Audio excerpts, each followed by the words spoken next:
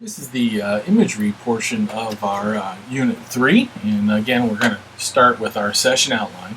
And imagery, again, is one of those skills that folks think, oh, this is common sense, I do this all the time. And the problem is, just like Oliver or Oscar Wilde said, it's just not that common. And one of the analogies I use for imagery is firearms training, in that if you point it in the right direction and you know what you're doing with it, it can be a useful tool. But if you misuse it, it can cause you significant amounts of harm. And I don't mean to um, underplay, firearms deaths and things like that. But at the same time, it's actually a pretty good analogy for the concern we have with imagery being used correctly. So, really, imagery is exactly what you probably think it is. It's that re-imaging or remaking of a mental rehearsal or activity, that visualization, if you will. Um, it does work. We've got a number of activities and research out there that says that it does improve performance, as well as a number of psychological variables that we associate with improved performance. But it improves, it is found to be valuable only when done in the right setting. Typically, it's done more in competition than training, when in fact it should be the other way around. We should be doing lots of imagery and training so that in competition, you've been there before. I'll give you an example of that more a little bit later. So we typically think of imagery as a training activity rather than a during performance type activity. Ideally, we'd like you to do it before training, during training, after training, going through different parts of that training outside of practice, and especially important during rehabilitation when you're maybe not able to participate at your full level. The good thing about imagery, it can be used for both motivational as well as cognitive functions. It can help you master or align your arousal level appropriately with where you are during a specific activity. And it can be very general, such as knowing what it's like to walk into that exercise setting so you're not worried about what other people think of you and you're prepared for that, or very specific about what it means to do a certain exercise or perform a certain play. Now, the nice thing about imagery is it is very, very flexible. You've got a couple of images here on the screencast that show Winter Olympians who are jumping, doing ski jumping, or divers diving into a pool. And these are really important pieces where they have to do imagery to imagine their surroundings. The ski jumper will jump at night, they'll jump at day, they'll jump in fog, they'll jump in snow, they'll jump in a whole host of environments, and they may not actually see where they're going to land very well because of the glare of the ice and snow and the amount of sunshine that they have. Divers use imagery importantly for them because they need to know where the water surface is. If you've ever been in a pool or a diving well, you've noticed that there's a bubbler or some sort of other thing that causes the water to be rippled and not just perfectly still for the divers. And the reason is that as you're doing all these stunts in the air as a diver, if it were perfectly still, that surface of the water, you wouldn't know when to pull out of your tumble, and so then you have a bad performance. But since we have to cause those bubbles or the ripples, then you see that, oh, there's the surface of the water. You make that distance judgment and start to pull out of your activity in time. So those are important things from a performance standpoint we think of that need to be imaged as well. And there's really two types of imagery. There's an internal and an external imagery. And that internal is what I call the helmet cam or the critter cam. It's really what is it like to be doing this activity. For example, you see sometimes they'll attach these to sharks as they're going around underwater. So that's what it's like to be a shark as it's moving around through the water. So this is you, the performer's viewpoint. The other type of imagery is what we call an external perspective, what I think of as watching TV. So I'm watching TV of Dr. Cole record this, which would not be a very good TV show. But nonetheless, I'm able to see what my posture's like and how my desk is set up and those kinds of things as I perform. So if you go back to our diver activity, you think about that diver may be imaging what that dive should look like from an external perspective, but then also their perspective as an internal person using imagery, their internal perspective would be much different. But both of them have value and uses for us. Um, the nice thing about our imagery is that it depends on the skill level of the performer. In other words, the more you use it, the better you get, the more benefits you get from it. So it's kind of like a knife. If you have a really sharp knife, it can do a whole lot of stuff for you. If you have a fairly dull knife, it can still cut, but it's more likely to cut you than it's going to cut anything else, unfortunately. We believe the imagery works because it allows us to focus on the things that we should. It allows us to feel confident and comfortable in situations that maybe we haven't been in before, but we've imagined ourselves in before. And it's very motivational to have had imagery experience with something that's important and powerful and positive for us. Two key things to talk about with imagery, and that is our imagery must be very vivid or sharp, like high def movie or TV versus a very fuzzy, old-fashioned black and white TV, if you will. It has to be focused on the appropriate point in time. For example, if you're watching a baseball pitcher or softball pitcher, watching their hand at the ball release point, or in softball, watching her elbow and the gap of her elbow against her side are the important things to know what kind of pitch is coming your way. The other piece of that imaging ability is control, being able to image what you want and not image things that you really shouldn't be paying attention to. So while you should image a defensive back coming in to grab the ball, you don't want to image seeing the ball roll away from you. You want to image yourself holding on to the ball and their hand bouncing off of it because you're holding on so tight. But you know they're going to grab it. You just don't want to image and practice, and that's where we get into the dangerous part. You don't want to practice that bad behavior of fumbling the ball. So oftentimes we use imagery to improve and build confidence, enhance our concentration and motivation, sometimes prepare for competition. I worked with an athlete who had injured herself right before the Olympic Games and was preparing to make a comeback right in time for the Games, but she could not go to a competition at the Olympic venue prior to the Games, which all athletes usually do, to prepare themselves so they knew what it's like to compete in, especially new venues. So instead, what she did is she went on crutches, because she couldn't compete, and spent time at the top of the hill imaging herself doing her skills and stunts. She didn't actually do them because she wasn't clear to participate yet, but she spent the time and effort on that and she felt very confident when the time came around a few weeks later, and she actually jumped into the Olympics. We'll talk more about her a little bit later. So our keys for effective imagery: being very vivid and sharp, making sure all of our senses are used. Even though it's imagery, you smell things, you feel things, you hear things. We need to reimagine all of these things. And that controllability, which comes with practice, unfortunately, but it does improve, and that is that you have to focus on what is going on and what you want to have happen, and you cannot image things you do not want to have happen. So that manipulability is an important piece of our imagery.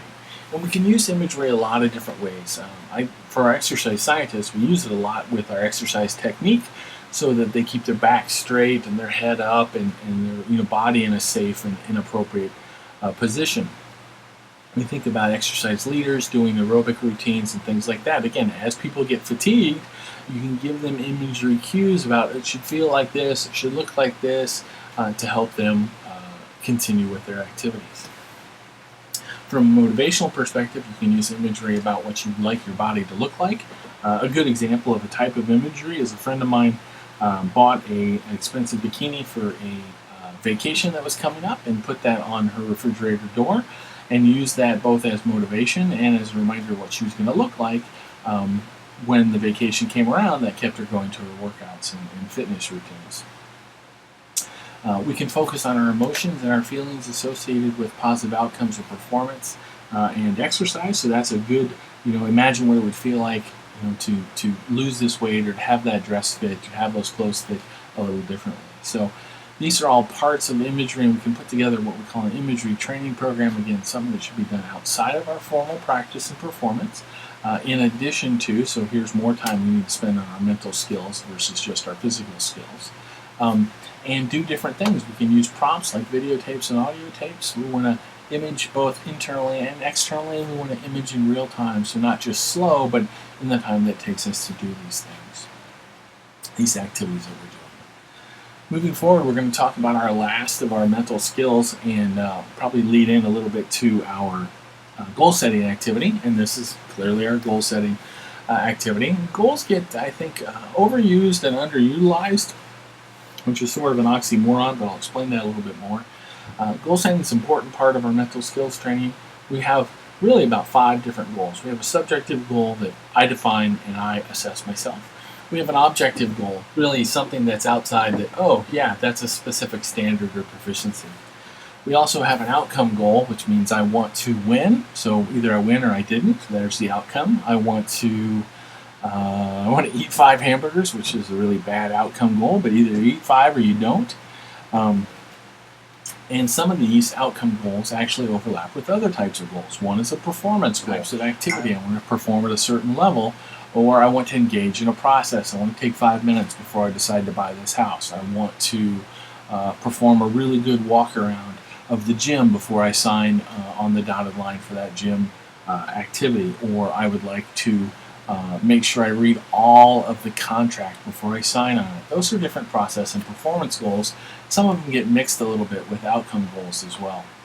Outcome goals in general are good, but they, if you focus on them too much, can lead to a lot of anxiety. And so anything can be an outcome, whether it's a score or it's clothing or food or what have you. Performance and process goals are much more helpful and much better options than outcome goals. They're much more precise, allowing you to say, I'd like us to play good defense and therefore get less than 25 turnovers. Okay, so 25 turnovers is an outcome piece, but good defense is very much a performance and a process piece. And so you can work those together into a goal that allows you to hopefully have good defense and have less than 25 turnovers. That helps you meet your goals.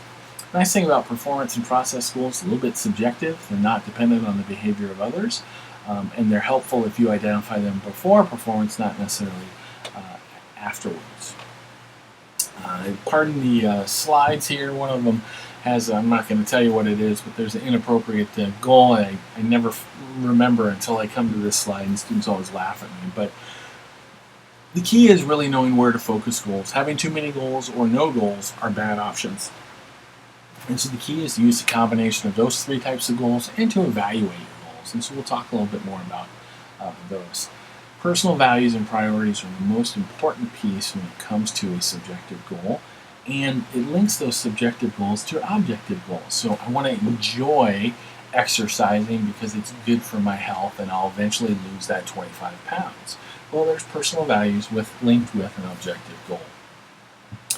Research across the board shows that goal setting works as long as we evaluate them. And the key is typically an evaluation piece.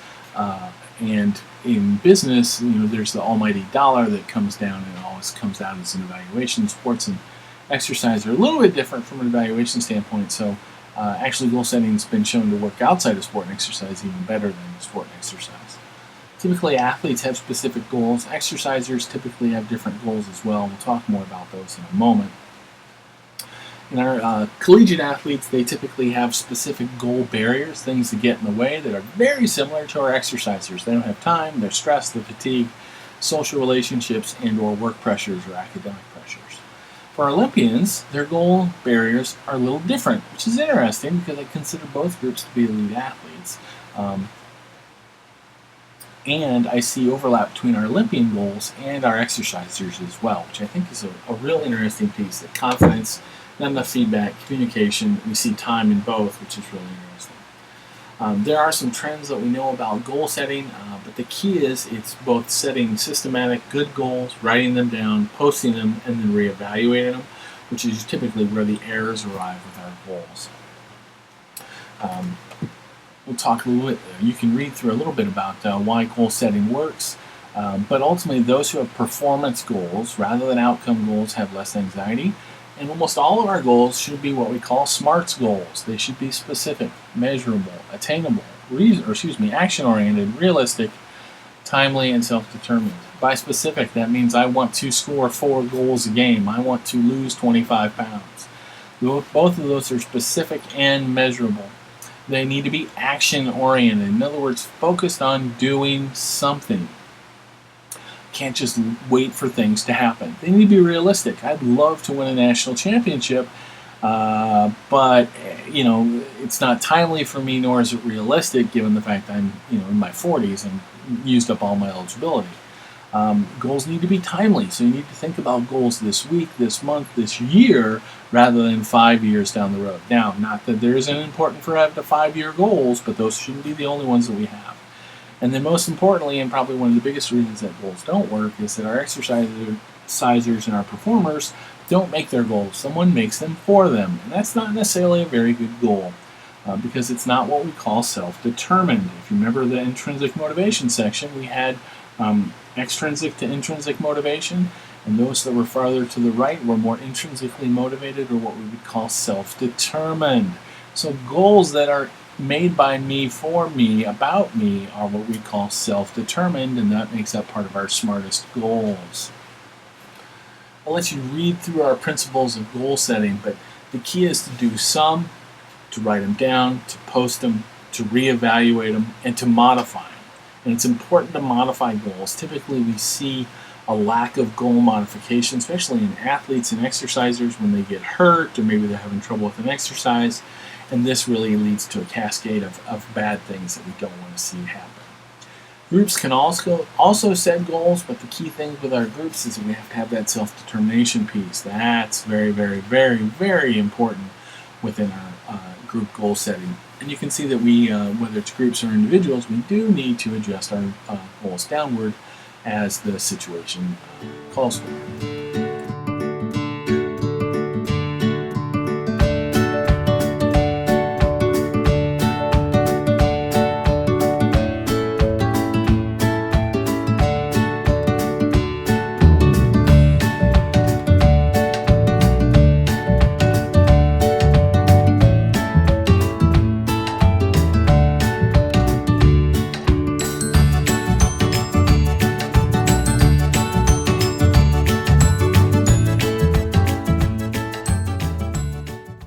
So self-confidence is this belief that you can perform or do something. Sometimes it gets called self-efficacy, that you can perform a desired behavior and do it as we would like. We both, or I should say we all know people who are just innately born with a ton of self-confidence, and those who are born with very, very little. And so this is a good example of how some people naturally have more or less of this trait, but it's also developmental in that we can develop it and shape it over time.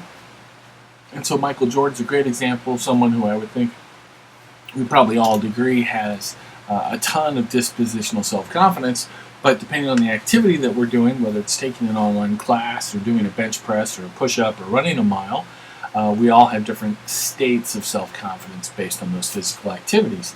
And you can see based on those physical activities how, or hopefully you can infer how popular the new obstacle courses like Warrior Dash, Spartan Race, and other things like that have become, because what they've done is they've taken physical activity that a lot of exercisers have kind of become bored and complacent with, and they've taken it and put it in a much different format that should challenge your self-confidence and hopefully give you a little bit more of a reward, even though you're doing essentially the same things you've been doing in the gym, just happen to be covered in mud or what have you by now. So that's an interesting approach to self-confidence and confidence modification. Confidence, as we talk about it, is your certainty that you can do different physical skills, you can perform the psychological skills, you can perceive and manage your emotions as you would like, and you can improve as need be. One of the things that's important about self-confidence is what we call a self-fulfilling prophecy. And then if you believe something will happen, then it has a tendency to happen. That happens very much in sport and exercise in the sense of, I'm training for this, I just hope this doesn't happen. And unfortunately, you can have a negative self-fulfilling prophecy. The other good example for self-confidence is when you think about teaching a young person to ride a bike. If you haven't ever done this, remember to when you taught someone a very new skill that was simple to you, but it was new to them. When you first teach a young child how to ride a bike, they're constantly worried about hitting the fire pole or hitting the telephone pole or running off the curb or this, that, or the other thing. they're focusing on inappropriate cues. And in their mind, they're thinking, I hope I don't hit that fire plug. Oh, I hope I don't hit that fire plug, or make sure I avoid the telephone pole. Um, don't hit the telephone pole. Well, in fact, they're giving themselves a negative self-fulfilling prophecy, because as they focus their attention on the fire plug, they steer towards the fire plug, and inevitably they hit it. So instead, what we have to do when we're teaching people new skills is to use that self-fulfilling prophecy differently, in a positive way. And the phrase I like to use when we're teaching new skills is, look where you want to go. I had a patient once who was an iron worker, and so he walked on little 6-inch strips of iron way high up in the air, going from place to place as an iron worker. And I asked him how he could do that, because I'm scared to death of heights, as we know. And his comment was exactly that. I don't look at my feet. I look about 4 feet in front of me where I want to be going. And as long as I'm walking a straight beam, it's really pretty easy, because I'm just walking from point to point to point every 4 feet or so. So that's an example of a self-fulfilling prophecy that can help us build our self-confidence. And the negative self-fulfilling prophecy is, oh, don't hit the fire plug, don't hit the fire plug. Sadly, our body doesn't process those negatives like don't. And so all your body hears is hit the fire plug, hit the fire plug, hit the fire plug, and it's no wonder we steer into the fire plug and have that accident. So that's an example of the self-fulfilling and negative self-fulfilling prophecy. Confidence does a lot of great things for us. If you've ever been super or supremely confident in a task, you know that increases your effort, your strategy, your performance, as well as your concentration, your emotions. And lack of confidence can deflate and hamper us in all of those same very levels. Optimal confidence is really that amount you need within a range. If you remember Hanan's work in the first unit about arousal, here we have another emotion or cognitive category called confidence that we have an optimal level of, the amount we need to succeed at a task. Some tasks that are very complex, we may need more. Some tasks that are very simple, we could use a lot less and still perform fairly well at that. So that optimal level of confidence is important. There's also a situation where you can be overconfident. There's a word for this. It's called hubris. And this is where your mouth is maybe writing checks that your body can't cash, to quote a certain movie. And at that point, when you become overconfident, your performance suffers. So you can see in the drawing that when you're just right, you have what amounts to your peak performance, but if you become overconfident, your performance plummets. And so that's a sense of false confidence. You can see in the model here that there's a number of factors that go into our confidence. Some of it we bring to the situation, our personality, our demographics. Some of it is around us, like the culture that we're in or the social context. And then our previous history of achievement, our ability to regulate ourselves, and the climate, again, that organizational culture and social context, can help promote our sport confidence. And there's different pieces. When we talk about confidence, we talk about this ability to make good decisions, this confidence in our physical training, and then our confidence in our ability to bounce back from errors and mistakes. And putting these together, what happens once we've had errors and mistakes, or we've had an outcome, we have influences on our emotions, or our affect, our behavior, and our cognitions. And that's an important piece to understand, that our confidence is influenced by how well we think we can do and how we do, and that influences the rest of our lives. Taking this forward, we have an important role for expectations. If you expect to do well, you have a better likelihood of doing well. If you expect to do poorly, you have a better likelihood of doing poorly. So positive expectancy or positive expectations promotes other positive reactions in other fields. So this is really what we want to engender or generate in folks.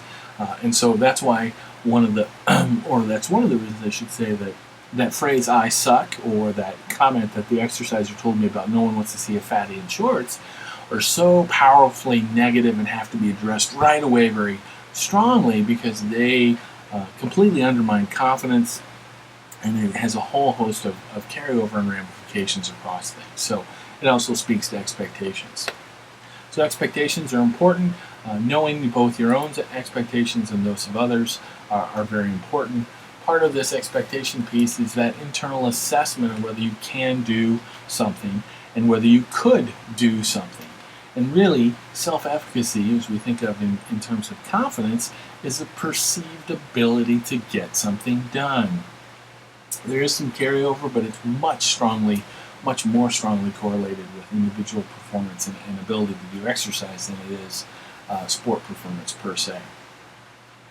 Albert Bandura put forth what we call the self-efficacy theory, and it's a really important theory because it allows us to, as we look at our toolbox, recognize which tool is the most useful or most powerful for improving confidence. And you'll see on Bandura's self-efficacy theory slide that things are ranked 1, 2, 3, and 4. That's because, number one, successful past performance is the most powerful experience in our confidence. If you've driven a car before, if I ask you to go out and drive a car 1 block for $1 million, you'll probably be pretty confident that you can do that because you've had a successful past performance. The next most powerful experience is a vicarious experience, having watched someone else do that same activity. So if I ask you to, say, run a mile, and you've watched someone run a mile, but you've never done it, you'll have more self-confidence than someone who's never watched and never done it. But you can imagine vicarious experience, having watched someone run a mile, is not nearly the same as having actually run a mile recently either. So you can see that when we go from 1 to 2, there is a drop-off. The third most powerful influence on our self-efficacy is our verbal encouragement.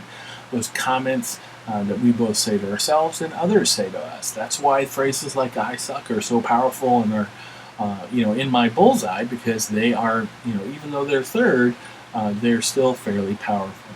And then the fourth one, as far as things that influence our self-efficacy, is our emotional arousal. And so we've spent really the last hour or two talking about ways to change our emotional arousal. And now here I am at the end telling you, well, it's the fourth most powerful way to change self-confidence. Well, it's also the most easily manipulable. And if you can change your emotional arousal, you can still influence your self-confidence, but it's a lot harder to change, say, your past performance than it is to change your current emotional arousal and verbal encouragement. So when we look at this hierarchy, the most powerful influence is going to be a successful past performance. The next is going to be our vicarious experiences, or having watched someone else do that. Third will be verbal motivation. Fourth will be emotional arousal. So we can look at that hierarchy as a way to build up, or if you want, to crush someone's sense of self-efficacy. If I want to, break down a student's self-efficacy, then I talk about, well, you failed every other test. I can't imagine why you're going to fail this, or can't imagine why you're going to pass this test. So that's a really very hurtful, very powerful comment. Same way that "I suck" is such a powerful comment, because it does imply poor past mastery experiences. We need to understand that there's what's called a reciprocal relationship. So our current self-efficacy contributes to our future performances, say in the next 15 minutes, and those performances become our past mastery experiences if we're successful at them. That contributes to our future self-efficacy. So that cycle spins, and spins, and we have to be careful with that. Ways that we can build up self-efficacy is talk to individuals, I should say, about the importance of the skill or the game to an activity.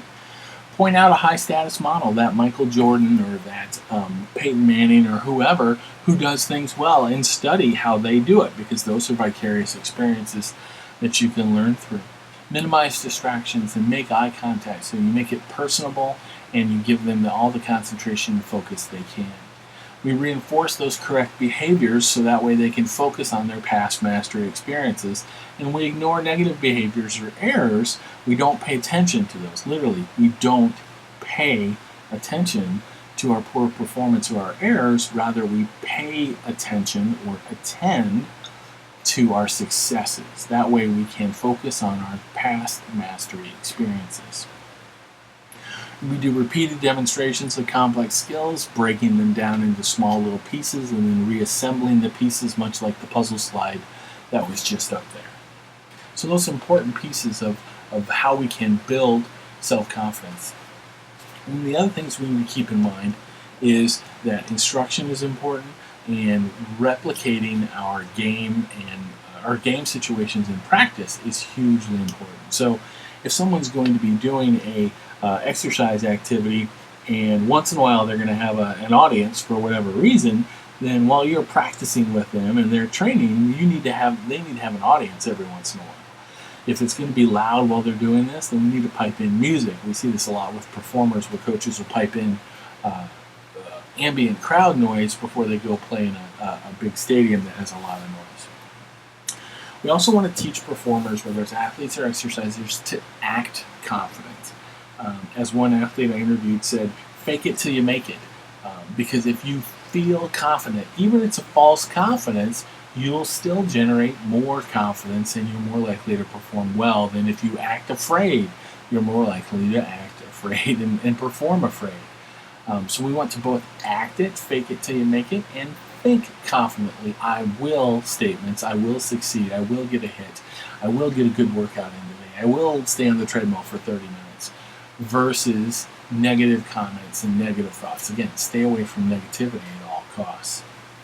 We can use any of the other skills that we've talked about during this section as far as imagery and goals and preparation, social climates. But that positive environment's hugely important. It's so important that there's actually a book out there called Catch Them Being Good.